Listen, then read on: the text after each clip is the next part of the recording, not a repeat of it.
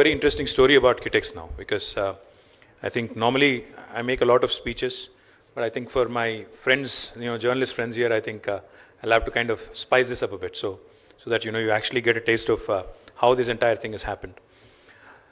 One Monday, I don't recall the date, but one Monday, I'm used to reading newspapers for almost an hour and a half every day, including all business publications, because I'm the Minister for Industry and Commerce and IT as well. So I need to be, aware of what goes on.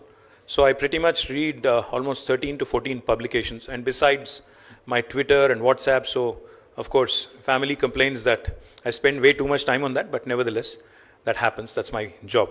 So one Monday, when I'm reading a newspaper, I see a news report which said that Kitex Group has decided to exit Kerala, and they are taking their investment proposal of 3,500 crores somewhere else. They did not say where, it just said they are moving out of Kerala. So I just immediately clicked a picture, sent it to my dear friend, my Principal Secretary Jayesh Ranjan. I said, Jayesh bhai, ek kaam karo. Please reach out to Mr. Sabu Jacob, because I want to talk to him. So this was on a Monday. So I'm giving you a chronology so that you understand it.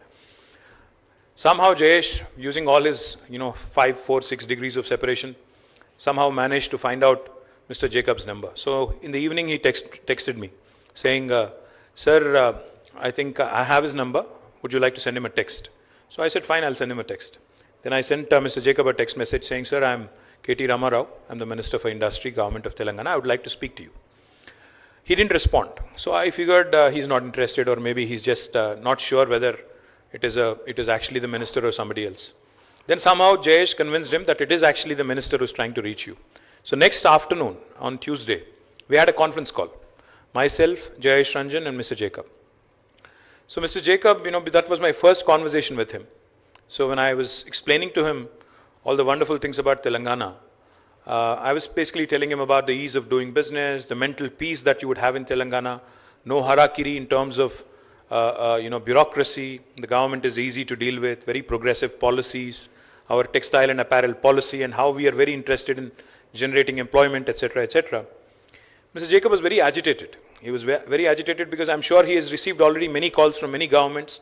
So he wasn't too sure that this government really means anything, because everybody is sweet in the first call, second call. So he must have thought even this guy is doing something similar. So as part of the conversation, I told him one thing. I said, listen, sir, because since we are on the phone, since this is all virtual, I want you to come to Hyderabad. I want you to experience Hyderabad. I want you to see, because in my humble opinion, because I talk for a living, I'm a politician, so I talk for a living. That's my job. I told him, seeing is believing, right? So please come down to Hyderabad, sir. We'll be more than happy to showcase Telangana for you, Warangal, Hyderabad, and showcase the various opportunities. So he said, but sir, there is COVID. So for me to fly out of Kochi, I'll have to, so I told him, please come this week. So he says, I'll have to think it over, because, scheduling, flights, etc., etc. So immediately, instantaneously, without thinking, I said, why don't I send you a flight? Why don't I actually send you a special flight so that you can come with your team?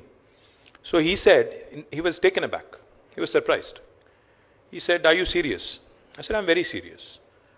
Then he said, can I announce it to the press? Can I actually tell the press in Kerala that minister from Telangana has offered to fly me in? So I said, please do share it, but with one condition. Please tell them before you are boarding the flight. Because otherwise Kerala government will come and sit right in front of your house and office, and they'll not let you go. So obviously I would want that not to happen. Before you board the flight, please announce it to the press. So that's exactly what he did. So we spoke on a Tuesday. He was here on Friday, or Thursday, I think it was Friday. He was here on Friday morning. He landed at Begumpet by 11 o'clock. As soon as he landed, we met almost for an hour and a half. And then we actually had lunch together. Then he flew out to Warangal, and he saw the location. He came back in the evening, landed in Begumpet again, and came straight to me. He said, sir, when I came in today to Telangana, when I flew in today to Telangana, I did not make up my mind. I did not think that I would actually announce. But today, after seeing your officers, yourself, your state, and the way you have received me, because I believe personally that it's not just about investment, it's about respect, trust.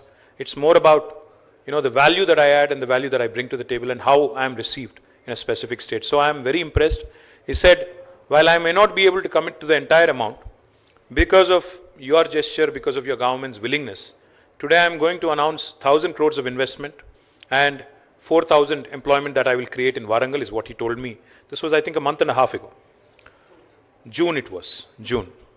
Then subsequently, my team, entire team, my compliments to my entire team, because they have really put in a lot of hard work. Mihir, Shanta, Aishwarya, and all the entire Department of Textiles, in fact, in Warangal, the local collectors, the local administrators, my MLAs, everybody put in a lot of hard work. What they've done is, they've given him the confidence that not only do they talk, but they actually are able to deliver also. In fact, funny thing is, he announced 1,000 crores of investment. And next morning, he went to, Rangareddy district, Chandanavalley and Sitarampur. He liked it so much. He said, Warangal, of course I liked, but I like the second location also. And I would want to invest more here. So it took him a bit of a time, obviously, to go back to his board, to talk to his directors, his family, his entire investors group, I think. And then he called me again 15 days later. He said, now we are ready. But of course, you have to take my proposal, approve it under your group of ministers, issue the government orders, etc. And then we'll formalize and announce. So I'm happy to share with you today what started as a very, very interesting conversation on the phone. Today has translated into 2,400 crores of investment in the state of Telangana in 2 locations. And most important